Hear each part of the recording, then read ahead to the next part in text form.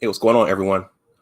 Well, there's no one right now, but I'm going to make a quick announcement over on my original YouTube channel in case anyone over there wants to come over and participate in the fun.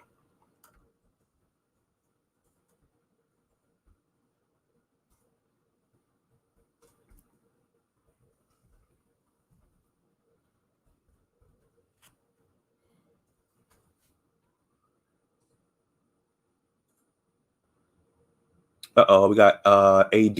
Looks like Buckeye Alex is here.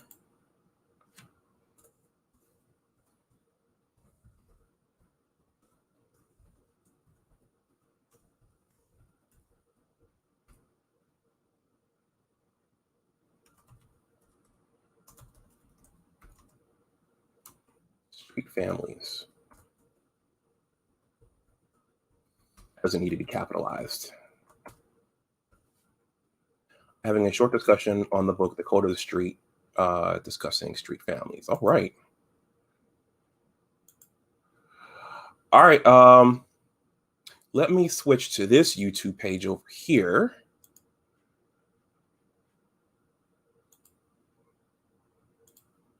And then we'll get this thing going. All right.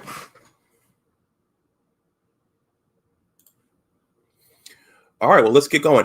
Hello, everyone. For those of you who are here on the YouTube side and on the Facebook side, welcome back to my channel.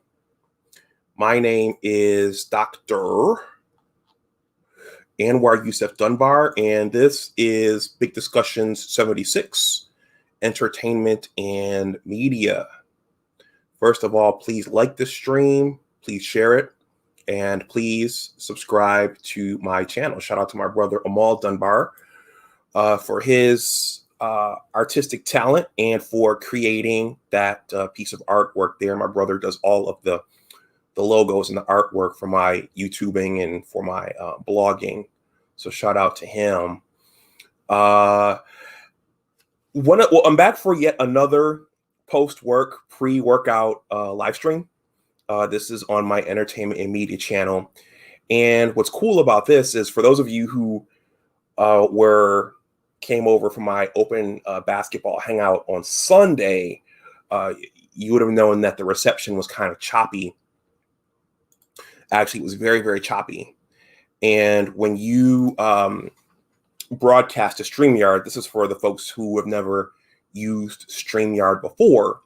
StreamYard recommends that you use a hard connection because if you use a wireless connection, you know, your computer is talking to the router, and then the router is talking to YouTube, and it can make for a very choppy connection. So Sunday when I was doing my open basketball hangout, I had a terrible reception on YouTube, and I wasn't feeling good about it. And then afterwards, I remembered that I had this very, very long cable. And also my new wireless router has Ethernet ports on the back. So right now my computer's hooked up to a hard connection. So this is really good. So I don't suspect my three little antenna icons will be coming back anytime soon, because from now on, when I use StreamYard, I will use a hard connection. All right. So, hey guys, before I started the stream, I was getting through my workday, and I was listening to, I ended my workday with this, Midnight Marauders. For the hip hop heads out there, you guys remember this. You might remember all of Tribe's records, but this one came out somewhere between my junior and my senior year, and we were rocking this my entire senior year, and I have vivid memories, particularly of Lyrics to Go. I mean, it was full of hits, but Lyrics to Go, I remember my best friend, we went up to Niagara Falls. There was a hole in the wall club in Niagara Falls called 3M's. And my best friend went to the DJ booth one night, and he requested that the DJ play Lyrics to Go. And if you listen to that song, they sample Inside My Love by Minnie Riperton. And if you listen to that song, Lyrics to Go, you can hear her her hitting her high note. So the Tribe Called Quest, whoever put that beat together, they continuously looped that part of the song where Minnie Riperton was hitting her high note. So just a little bit of hip hop and music trivia here. I might even at some point delve into some music and some hip hop, and because I call the channel Entertainment and Media, so I can pretty much go in any direction with it. And actually, I've been listening to a lot of Drake lately. I've put a lot of my Drake and Rick Ross records and my DJ Khaled records onto my iPod. And my favorite Drake flow is what he does at the end of the extended version of Aston Martin music with Rick Ross. And I was thinking about just doing a live stream on what I think is Drake's sickest flow ever. So, all right. So with that, I want this to be a short stream because I want to get out to the gym and, get some weights in and get some exercise in. So today's going to be another excerpt from Dr. Elijah Anderson's The Code of the Street. And I was turned on to this book by Mamiya Obsidian Ali. Those of you who are watching and are familiar with the Black Manosphere, Obsidian is one of the founders of the Manosphere 2.0. He's very well read. He's written his own book. And one of the books he's talked about, because he talks about Black relationships, but also politics and culture and those kinds of things, he's mentioned this book quite a bit. And so I went ahead and ordered a copy for myself. And I've started reading through it. I read several books at once. So it takes me a while to finish books. And I was also interested in this book because I think the most successful video on this channel is actually my review of this book, Our Kind of People Inside America's Black Upper Class by Lawrence Otis Graham. And so, I went and took a look at the upper class, America's Black upper class. And so I wanted to go back in the other direction and take it to the streets. So I've said this in much of my content over on my original channel. Many of you know that I'm from Buffalo, New York. That's a nice, pretty picture of our downtown. That's City Hall.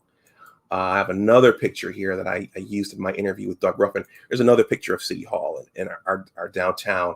A couple of weeks ago, maybe about a month, I presented an essay from my new writer's blog, Big Words Authors, and it was called The Last Time I Walked the Streets of Buffalo, New York at Night.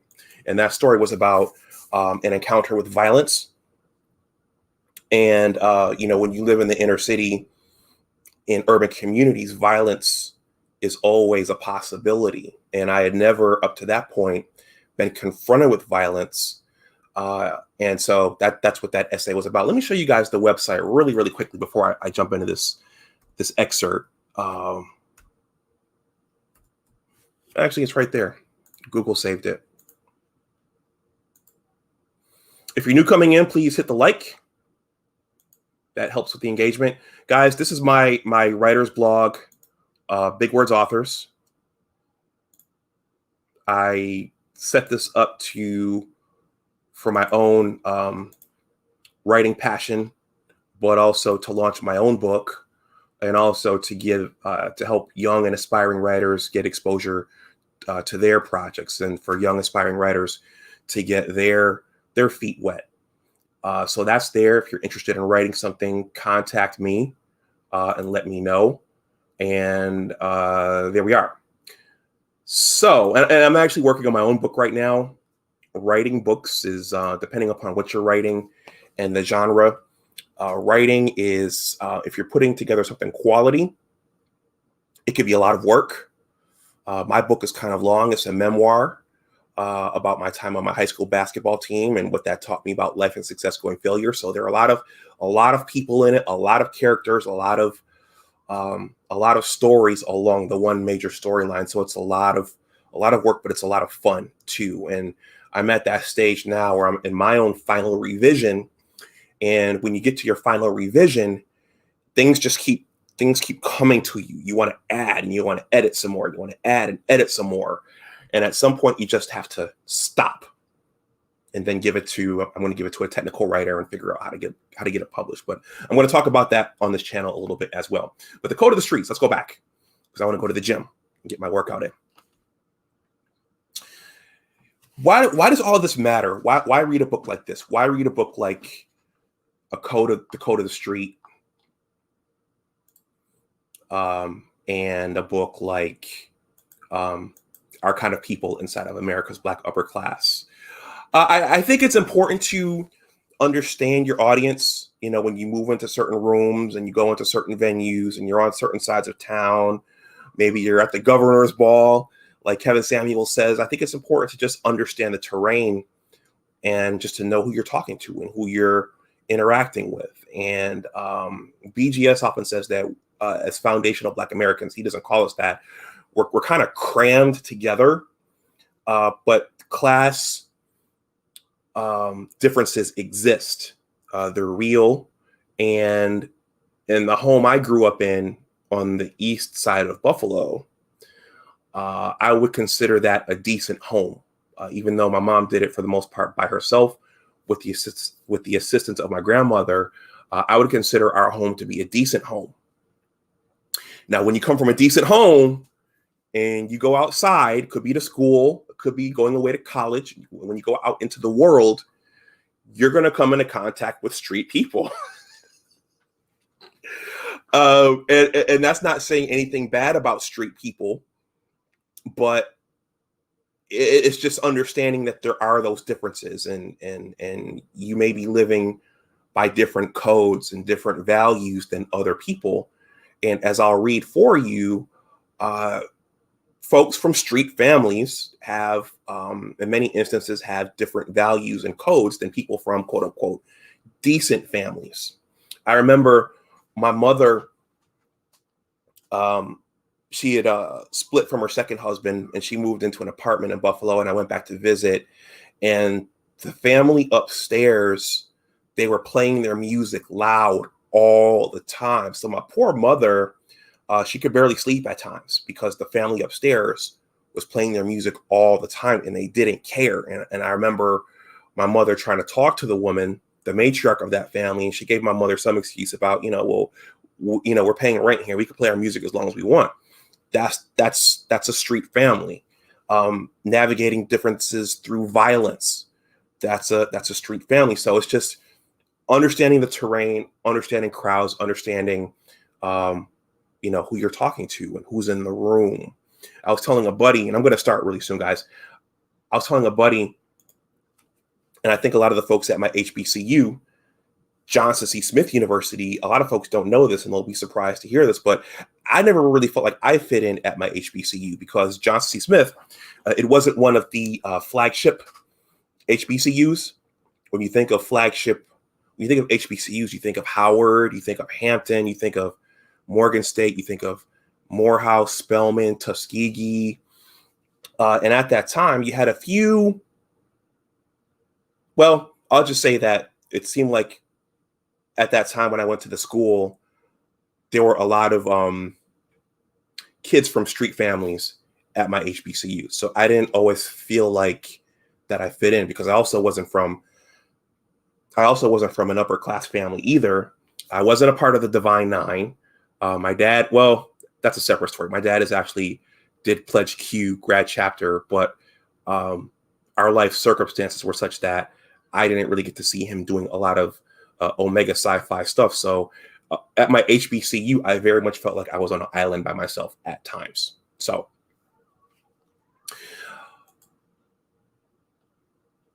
before I shot this, I thought about, I just showed you pictures of Buffalo, but Isaiah Thomas comes to mind. That's an iconic picture of Michael Jordan and Isaiah, both as younger men. This is when the Bulls were battling, fighting their way up to the top to become champions of the Eastern Conference in the NBA.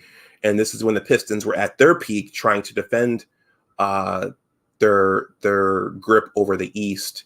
And if you watch the Isaiah Thomas documentary, they point out the fact that Isaiah is from the streets. He's from Chicago. And they point out that Isaiah brought those street instincts into the NBA and into the way that he led the Detroit Pistons. So they said that you had to look past the smile and look at the things that Isaiah actually did. And Isaiah was a scrappy, dirty player. And when you think about street families, one common story, and this is something that I didn't experience growing up, but when you think about street families in the inner city, one story you hear commonly is kids going home and the mother's telling them, you have to go back outside and fight that kid. Otherwise, you're going to fight me. And if you watch the Isaiah Thomas documentary, at least the one that I watched, Isaiah's mother told him the same thing. Don't come in here crying.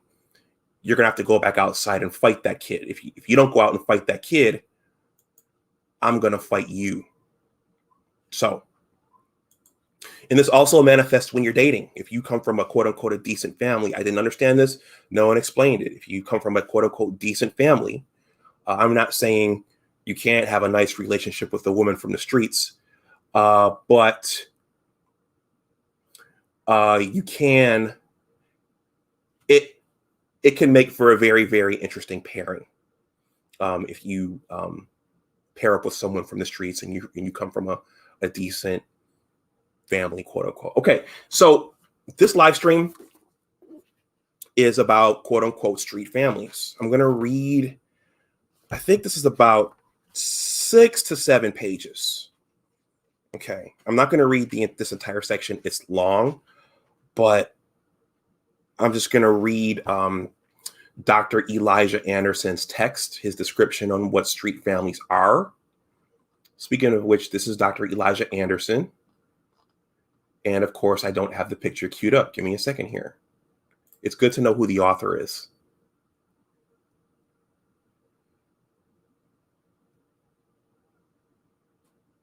Come on, Dr. Anderson, where are you? There he is.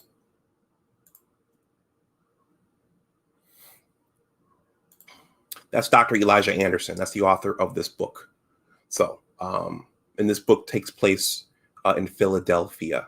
So, remember, guys, big discussion 76, entertainment and media, literature, TV series, movies. Eventually, I might review some music and do some other stuff over here, but it's a broad umbrella. So I left room for literature and books and other literary pieces as well. So here we go. This is the street family. After every page, I will take a sip of my water because reading dries your mouth out. So let me start with this.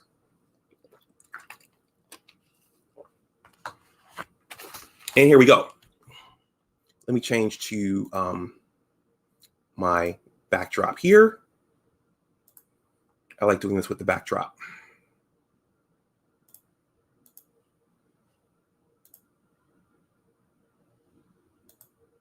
Actually, let me go to that one instead.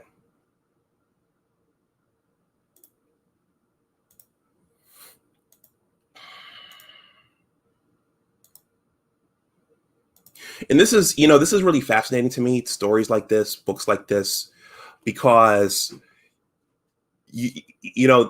Black people are not a monolith, where there are many different tribes within the one tribe.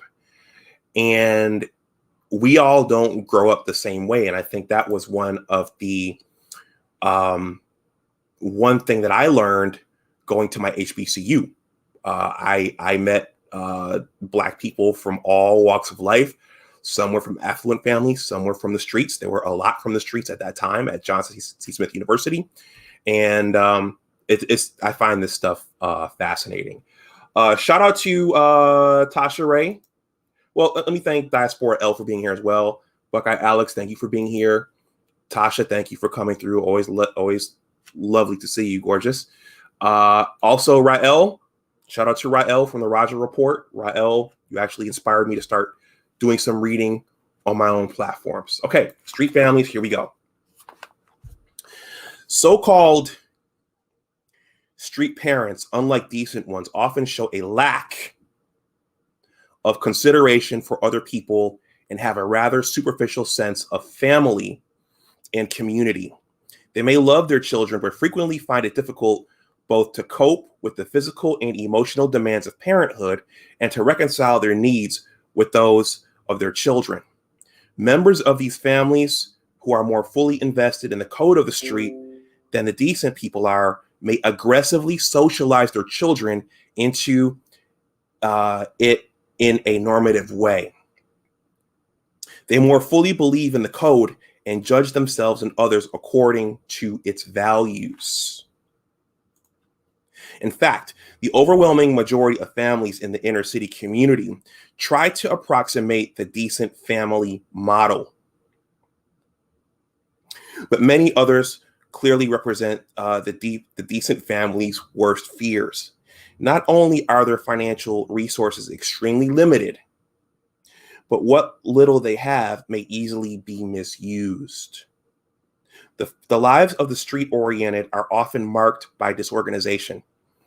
In the most desperate circumstances, people frequently have a limited understanding of priorities and consequences, and so frustrations mount over bills, food, and at times, liquor, cigarettes, and drugs.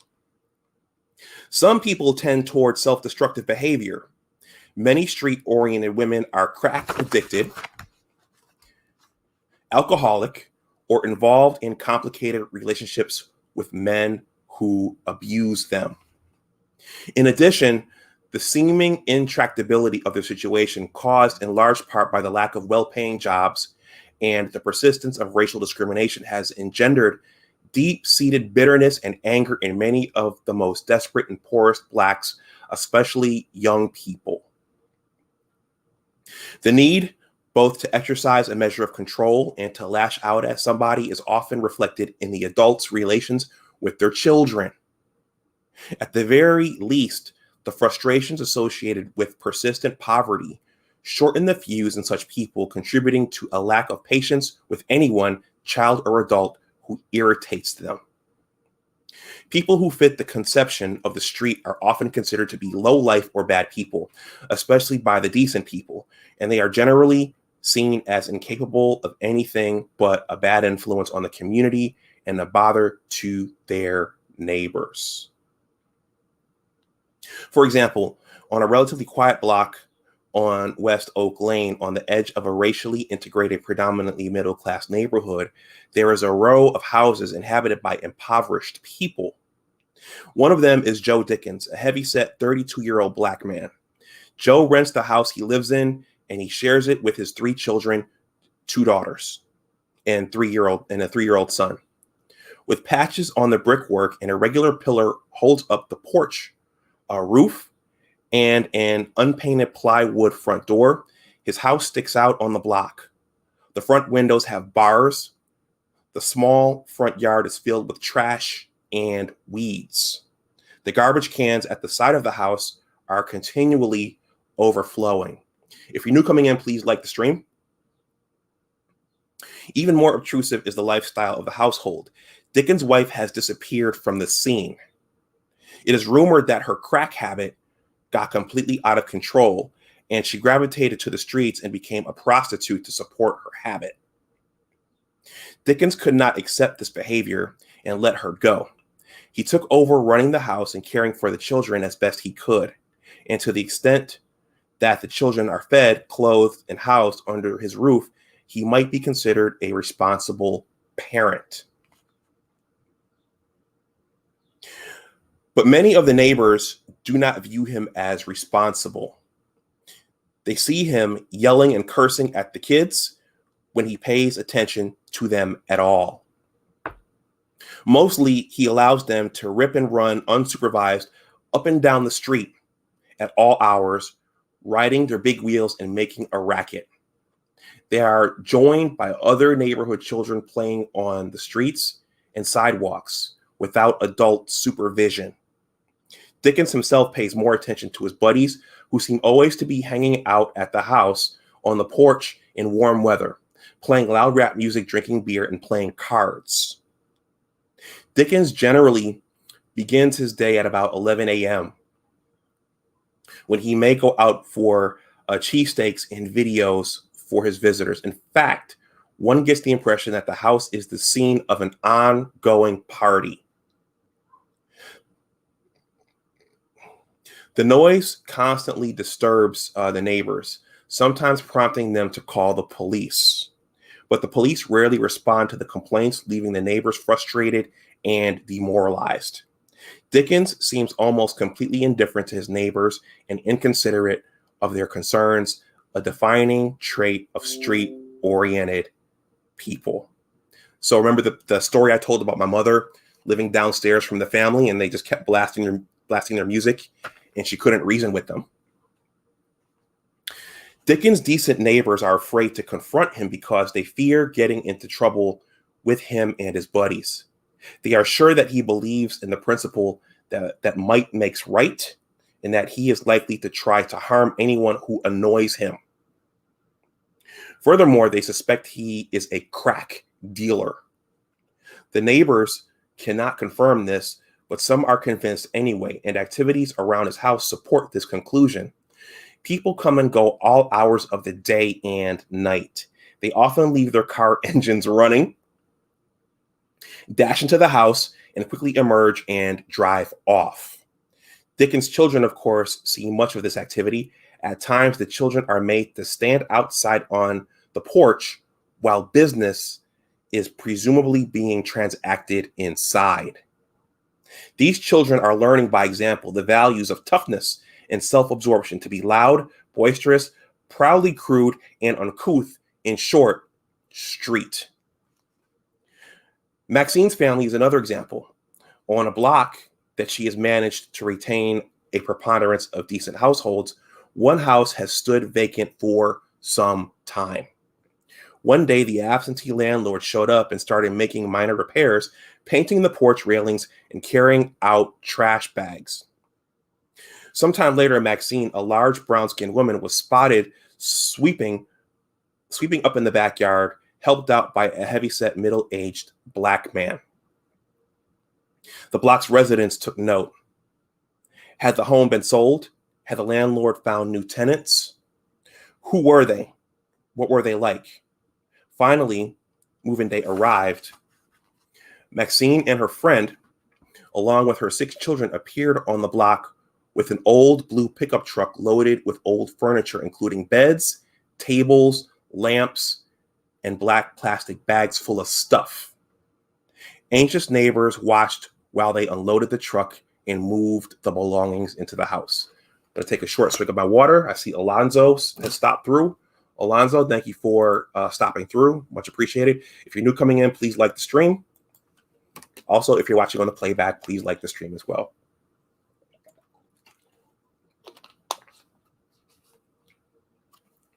So I want to say this is not meant to demonize anyone. This is it's just a perspective on social class and certain families and family types within the Black community. There are certainly very, very nice people and people with good values who live in the inner city. So this is not to demonize anyone. And that's important because when people look at things like BGS's octane scale or, high value discussions of high value men and select and non-select, I think people take offense to that sometimes because they feel like they're being compared or marginalized or stereotyped. So I'm not here to do that. After they moved in, Maxine's children were the first to make their presence felt on the block, spending a large part of the day playing noisily without supervision outside. Soon, however, a larger problem developed. A middle-aged male whose relationship to Maxine was unclear appeared to move in. After he did so, people began to notice a series of comings and goings at various times of the day and night. There were also exchanges on the front porch, on the sidewalk, and in the street. Though residents did not know the exact nature of these transactions, her neighbors assumed that they involved drugs because everything else seemed to fit. In addition, at night, those residing closest to Maxine could hear the sounds of great commotion and the screams of her children. The block had become decidedly less peaceful and dirtier. On trash pickup day, Maxine's trash, often not stored properly, and some of it would fall to the ground where it would lie and fly around in the wind. She and her children would sometimes contribute to the litter by tossing empty bags and soda bottles from the porch as soon as they were done with them. This behavior further upset neighbors. Anyone ever hear of bringing down the property value? But most upsetting of all was the blatant drug dealing now going on at Maxine's house. All of this came to a head on Sunday in May at about 1 p.m. On this nice spring afternoon, the peace of the block was disturbed by a young man who was wailing and banging on Maxine's front door. If you're new coming in, please like the stream. A few residents were out and about doing chores, and small children playing and rode their tricycles and bikes up and down the block. Give me my drugs, bitch. Where are my drugs at? The young man cried as he banged on the door. The neighbors who were out began to look at Maxine's house. After hearing this noise and assessing the situation, one woman ran to collect her small daughter, who was in front of the house on her tricycle. Suddenly, a beat-up brown windowless van careened around the corner and came to a screeching halt in front of Maxine's house. Out jumped two young black men who headed for Maxine's front door. Without knocking, they entered as though they had been summoned to deal with the other young man. But no sooner had they entered than they emerged, running out, ducking and hiding behind nearby trees and cars. It was clear that they were afraid of being hit by some flying object, or possibly of being shot at. By now, the commotion had brought together a small crowd. And after a while, the police were summoned and they came. They parked the police van on the street near the brown van and proceeded to the front door. They entered and in a few minutes emerged the first young man and placed him in the van. At this point, the man began to scream and yell at Maxine. "I'll get you, bitch. You won't get away with this. I'll get you," he cried. "As soon as I get out, I'll get you." The police van drove away, leaving the neighbors with their worst fears confirmed. Maxine had established the street lifestyle on their previously quiet block. Street-oriented women tend to perform their motherly duties sporadically. The most irresponsible women can be found at local bars and crack houses, getting high and socializing with other adults. Reports of crack addicts abandoning their children have become common in drug-infested inner-city communities. Typically, neighbors or relatives discover the abandoned children, often hungry and distraught over the absence of their mother. After repeated absences, a friend or relative, particularly a grandmother, will often step in to care for the children, sometimes petitioning the authorities to send her, as guardian of the children, the mother's welfare check if she gets one. By this time, however, the children may well have learned the first lesson of the streets. You cannot take survival itself, let alone respect, for granted. You have to fight for your place in the world. Some of the children learn to fend for themselves, foraging for food and money any way they can. They are sometimes employed by drug dealers or become addicted themselves. These children of the street, growing up with little supervision, are said to come up hard.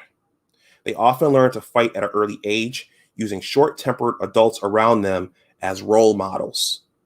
The street-oriented home may be fraught with anger, verbal disputes, physical aggression, even mayhem. The children are victimized by these goings on and quickly learn to hit those who cross them. Let's see. Guys, I'm going to read. Yeah, I'm going to read 1, 2, 3. 3 to 4 more pages. But I'm going to take a sip of my water first. So for those of you listening, does any of that sound familiar? Have any of you lived on a street like that? Or have any of you met individuals like that? Whether it was when you went away to college, whether or not you stayed in an apartment building, or maybe perhaps you worked in neighborhoods like that. Does any of that sound familiar to any of you?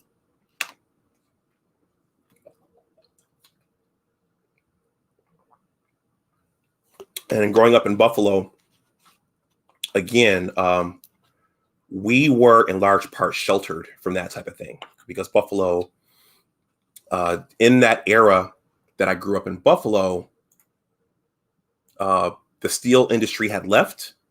So Buffalo lost its technical base. So there weren't a lot of jobs, and there were lots of, on the east side of Buffalo, there were drugs and there were gangs and there was crime. But we were in large part sheltered from that, me and my brother. And my auntie Adele did say that to my mother on repeated occasions, that your sons are sheltered. You shelter them. So we didn't see a lot of that stuff. So I see some folks have come in here. Abdul Gain says, the remix to Lyrics to Go is great. The criminal element is too ingrained in Black America. It's romanticized. It's lauded. It's excused. And Alonzo Hall, the all-star advisor, says, absolutely. I didn't live on the street, but my best friend did. Okay. Okay, so we're almost at 40 minutes. Let me continue to alpha through this one.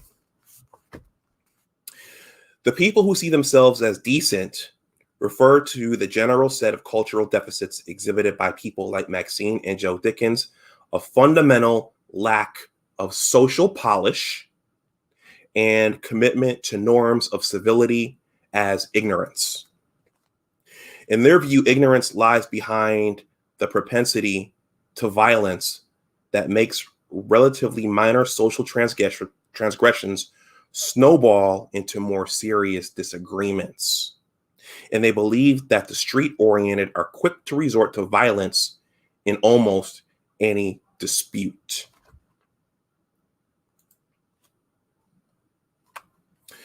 Diaspora L says, very much so. Growing up in Detroit and witnessing from ages 7 to 12 years old. Yep.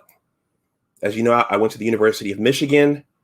I did not go into Detroit much. Actually, no, I did. I had a buddy who stayed on Joy Road, and I think it was near Joy Road and 9 Mile. And I went into Detroit quite a bit because it reminded me of my hometown of Buffalo in a lot of ways. But a lot of people at the University of Michigan were afraid of Detroit. And I remember before I got into the University of Michigan, my father told me, be careful about going into Killer Detroit. Be careful about going into Killer Detroit. My dad had never been to Detroit, but he met a guy in the Army. I guess it was kind of a little bit off the chain.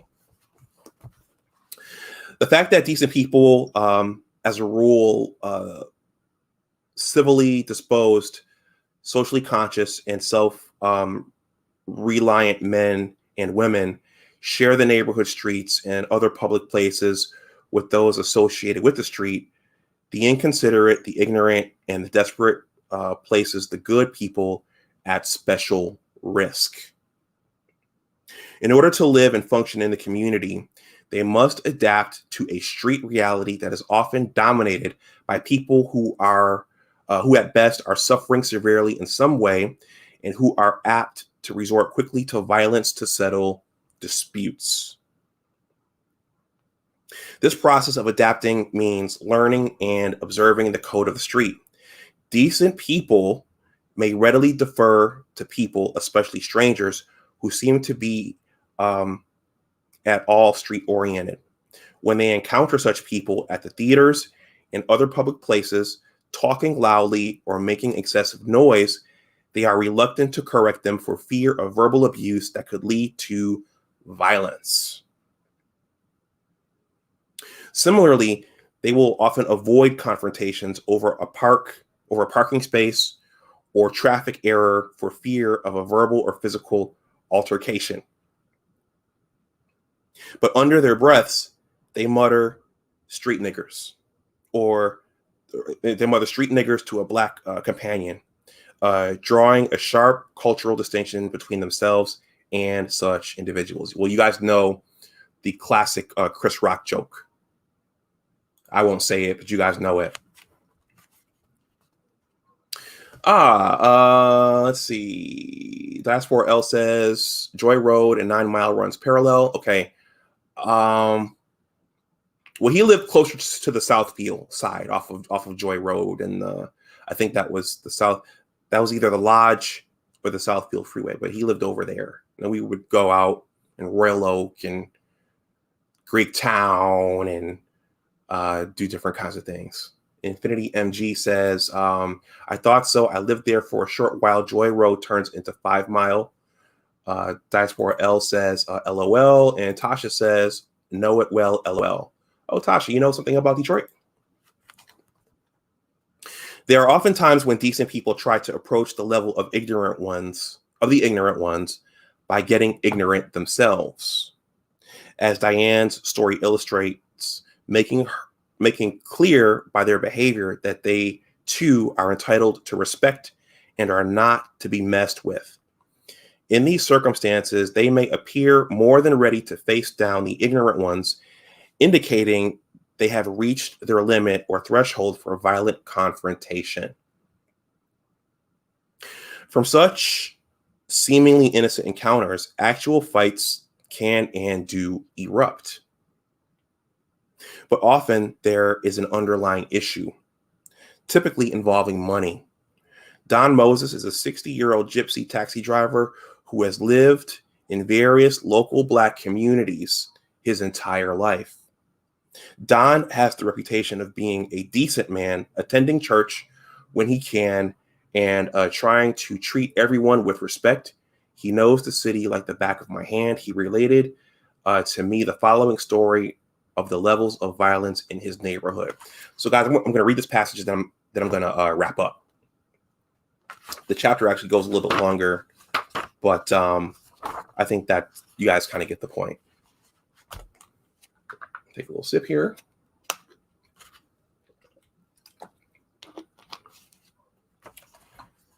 Infinity MG says, I grew up in an environment that was mixed. What I've noticed is that the mindset is very short-sighted and in the moment. I saw a lot of kids get suspended over little things. So, Infinity, can you expound upon that when you say you grew up in an environment that was mixed? So culturally mixed, right? So that means you grew up around some white people as well, Asian people, Arabic people, and also expound on what you mean by short-sighted. Because when I think about a mixed environment, I would think of something multicultural where people are a little more even-keeled and less prone to the types of things that I'm reading about in this chapter. So if you would, please elaborate a little bit. And thank you for coming through. Thank you to everyone for coming through. Okay. So this is a story by Don Moses. And I'm going to wrap up after this one because it's we're on 45 minutes.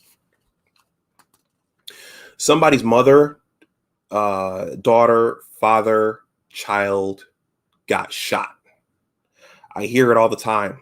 Hardly a night goes by that I don't hear gunshots. Sometimes you hear live voices and gunshots. You get the paper the next day.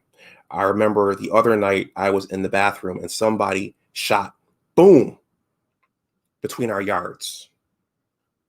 The next day, that shot I heard it was somebody getting shot. He went to the door. This guy did this guy wrong, kicked the door open, bam, shot the guy.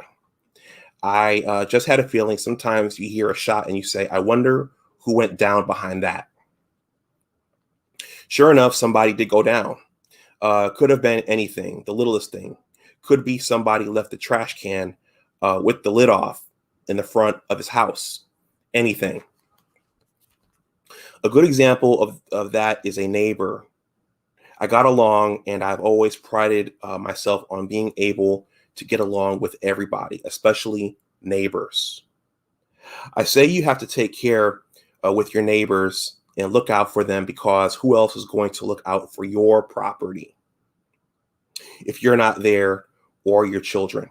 My neighbor and I, we got along very well. Last winter, my neighbor, who was a woman, her mother started an argument. She used to have this little bickering with me for no reason at all. She said something to me. I left the flashers on my car once. Why don't you turn the flashers off? The first thing you want to do if your battery runs down is ask Johnny. That's the girl's name, to give you a jump. She can't be doing things like this. And I would say politely, thank you for telling me. I'll try my best to keep my thinking cap on. It kept on until she finally found something to really jump on. Her son borrowed some money from me, and he didn't pay it back. Her daughter approached me and said, look, my brother hasn't paid you back the money. I feel responsible for him. I was there. I'm going to give you the money. Now, if you tell me that, I'm going to be looking for you. So when I would see her, I'd see her a couple of times. I don't have it now. So one time I was walking in the house. She told me, look, you're going to have to see my brother for that money. If you're new coming in, please like the stream. So I said, sure, it's fine. I'll see. We'll cross each other's paths sometime. So as fate would have it, one day he shows up, and he and I had a few words, and he didn't have it on him. 3 or 4 times he said he was going to have it, and he didn't have it. So then that led into the time I was home, and her mother blowed up. Her mother lit into me. I don't know why you keep harassing. I really hadn't said anything to her for about a month after she said her brother would take care of it. I'd have to see him. I'd say, no problem. It wasn't your debt. It was your brother's debt. You just happened to be there. The transaction took place in your place. Jesus, her mother lit into me. Now, I know that she instigated that by telling her mother, every time I see Don, he's asking me for the money. I knew that's what happened. I didn't want to let her know that I knew. She knew it, and she was trying to hush her mother up and pull me aside and talk to me. I started to get real angry with her mother because her mother had already prodded and tried to get something started with me, so she finally succeeded. All I said to her was, look, it really wasn't any of your business. I don't have anything to say to you about this. I don't want to hurt your feelings. I don't want to be disrespectful to you because you're older than I. I don't want anything negative to jump off, and I don't want any problems with your daughter or your son. He was on the porch, and he gets the attitude, what are you doing talking to my mother? I said, I didn't say anything. I didn't use no profanity. I didn't raise my voice. I wasn't disrespectful to her. I think she was very disrespectful to me. So he jumps off the porch and goes into the house. I walk back to say something to him. He jumps up. Okay. 1 second. So he jumps up off the porch and goes into the house. I walked back to say something to him. He jumps up and goes into the house. Now he pulled a gun on several people, and I was looking for him to come out with the gun, but he didn't. He didn't come out of the house. So after that, that's been a year ago, things kind of cooled off. We just started kind of talking to each other again. You don't want to fight with your neighbor. All right. One more short passage and I'm done. As Don's account indicates, respect or props are very much an issue in the community. And if a person determines that he or she is not getting proper deference, there can be trouble. In this case, the man Don had lent money to had not paid up. So his sister intervened, perhaps very much aware that her brother could be viewed as disrespecting Don by not paying the debt off. Then on the porch, the man copped an attitude with Don about the supposed way he was treating his mother, but things cooled off and violence was averted. Meanwhile, Don is still waiting for his money, but he is prepared to wait for the man who owes him to pay up voluntarily, mainly because the person is potentially violent and street, and Don does not want to give him an excuse to feel he has been wronged enough to resort to violence. For the time, Don knows that the price of repaying the debt owed to him may well be too high. The inner city community is actually quite diverse economically. Various people are doing fairly well, whereas others are very poor, but decent, and still others are utterly and profoundly suffering, alienated, and angry. Such is the social terrain the decent family must navigate and negotiate in order to remain whole as well as secure. This situation creates a major dilemma for decent families who are trying to raise their children to remain decent, even though they must negotiate the streets. These parents want their children to value education, jobs, and a future, but they also want them to get their fair share of respect and props that go with it, and not to be dissed or attacked or shot. All right, guys, that was from chapter 1, Decent and Street Families, from Code of the Street by Dr. Elijah Anderson. Let's see, we're at 52 minutes, going on 53 minutes. I'm going to read some of Infinity IMG's comments here. I'm sorry, Infinity MFG. He says, Louisville was very segregated by race in the 1970s. So if you were Black, you lived in the West End, period. One neighbor may be a teacher and the other sold drugs. He also says, by the late 1980s, Blacks that could move in the West End.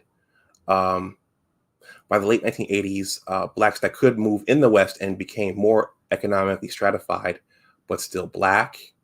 And then he says, the in the moment comment would be people that are more concerned with the immediate issue instead of long-term consequences. Fights over name calling or bumping into someone. Okay. Yep. Absolutely. And again, my whole purpose for reading this is not to demonize anyone. This is not to belittle anyone or to make fun of anyone or anything like that. But I think it's just important to understand how to navigate the terrain, and also to know who you're dealing with, knowing what side of town you're in. Before I moved to the DMV, I heard stories about Southeast DC. And I still hear stories about parts of Prince George's County, Maryland. It has a very, very affluent reputation. It's the richest county for Black people in the United States, but there are also some pockets of it that are not so nice. So that's important to know. It's important to know when you're out on the dating scene. It's important to be able to listen to what the other person is talking about, even if they're a professional as well. They might carry a briefcase and they might be into some other things that you're not into. some things that, some things that you wouldn't expect a professional to be into. You might like somebody and you guys can't get along. They might have been raised to navigate the world in a certain way, and you might have been raised to navigate the world in another way. I've experienced that. So it's important to understand where people come from and just how to navigate the world. I'm going to throw the link in the chat.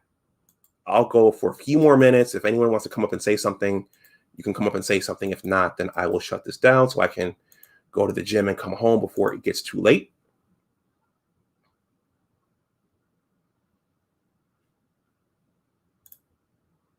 There it goes. Okay. If anyone wants to come in and say something about this, if you're from a decent family, if you're from the streets, if you're from a decent family and, you know, the streets came crashing into you and you want to say something about that, you're welcome to come up and say a few words right now. But it's just important to know how to navigate the world and just understand some of the differences. I think in one of my live streams, I think it might have been the part one of this where I talked about decent families. My best friend, he might be watching over on the Facebook side. I don't know. He watches from the clouds and he doesn't say anything oftentimes. But my best friend came from a decent family, quote unquote. They had a home in the suburbs and he gravitated back towards the streets. So you see that sometimes. What's going on, Alonzo? How are you, Doc? Thanks for having me up. No problem. Very germane topic in terms of, you know, I guess a decent family, you know, regular upbringing, in the inner city, and the streets came crashing into me, obviously, by getting shot 5 times in Winston-Salem. I wasn't in my own neighborhood, but I was in a similar type of situation where I was living in an apartment complex, and it was a low-income area, and so there was a lot of, unfortunately, I didn't quite fit into with just clothes and stuff that I was wearing. I didn't fit into the look of the majority of the people who lived there, so it drew attention, and that is part of what caused my incident. Okay. And Alonzo, what see, it's offensive. I can see it being offensive to say decent family and street family. And I understand why some people will probably bristle when they hear that. But what kind of home did you come from? Well, single mother. She had me as a teenager. She was 17. But I had, my family around. I had uncles, my grandmother, my grandfather for a short period of time. And, even my great grandmother and great grandfather for a short period of time. So, we had the whole, family, people to try to give you guidance as best they could. But the element outside was very different than that of what's inside the home. So we were, fostering, education or arts and humanities, etc. inside, but then outside, you got to fight with the neighborhood bully. And he happens to be 25 and own a BMW because he sells crack. Mm-hmm. So that element does seep in, and you sometimes look up to them because now they become the heroes in your eyes as opposed to the guy who's making an honest living. Mm-hmm. Okay. Professor Cummings, welcome. I think this is your first time up on one of my streams. What say you? Oh, hey, Osborne. It's just, I should have put it in as Infinity EMFG, but this is just the name I use on my regular channel. Yeah, it just came up. I recognize the logo. Yeah. So, I just wanted to elaborate on my statements in the chat, So I grew up in Louisville, back in the West End. I'm probably a little older than you, back during the 70s. Mm-hmm. And so Louisville itself was really pretty segregated. So like I said, one of your neighbors could be a teacher. Your next neighbor. Matter of fact, my mother was a teacher. My father owns a barbershop and a small corner store. But there was a family down the block that was like the story that you told, sold drugs. And then you're basically within that same proximity of to everyone. And there was a few other things. I mean, a lot of people were moving from the more rural, blacks were moving from the more rural area into the city. So it's really a kind of a mixture, but still an all black area of the West End. I mean, we grew up probably just a few blocks from where, I think it was like 6 blocks from where Muhammad Ali's grew up in the West End, whose father owned a successful painting business, by the way. So, so it was really a diverse range there. So then through the 80s, as things became less formally segregated, just people were able to move out to other areas. It still became, still pretty much black in the West, and even now still black to the West End. But, like the same thing, most people are moving out where they can. The area is a little more stratified than what it once was. And like one of the things that we saw that I guess we had to navigate was a lot of the what I call short-sighted, in the moment, I'm more upset with you because of the respect thing than the fact that this is gonna get me taken downtown kind of a mindset. So that's what I meant by, that in the moment kind of thinking. And I had, friends who would get suspended from school over silly things, not just your normal impulsive kid stuff, but more of, I don't care what's going to happen to me. I just gonna get, whatever licks I want to get in on this situation, and the consequences be damned kind of a mentality. Okay. Very interesting. If you're new coming in, I'm going to go for a few more minutes, but definitely please like this stream. Also, if you're watching on the playback, please like the stream. And so, as Black people, one of the things you always hear about with Alonzo's in the financial sector, the property values. I think other ethnic groups think that when we move in, or when certain segments of us move in, the property values are going to go down because if those people throw trash and they litter and they don't keep their properties up, they will decrease the property values. So as I was reading that passage about that woman and her family throwing trash off their porch, that's something that I thought about. But there are people, melanated people like us, who don't throw stuff on the trash. Don't throw trash on the lawn. And we are weary of people who do those types of things. And also when you live in a place that's relatively quiet and a family like that moves in, you do recognize the difference because there are people coming over. You might hear things in the middle of the night, and there could be all kinds of other things going on. So, guys, do you have anything else you want to say? To that property value piece, I find that it's partially very true, but even those decent families, unfortunately, wear a scar. Also, being a licensed realtor who practices in the state of New York, I can tell you right now, for example, in New York City, a couple of things to actually be cognizant of. One was in terms of redlining.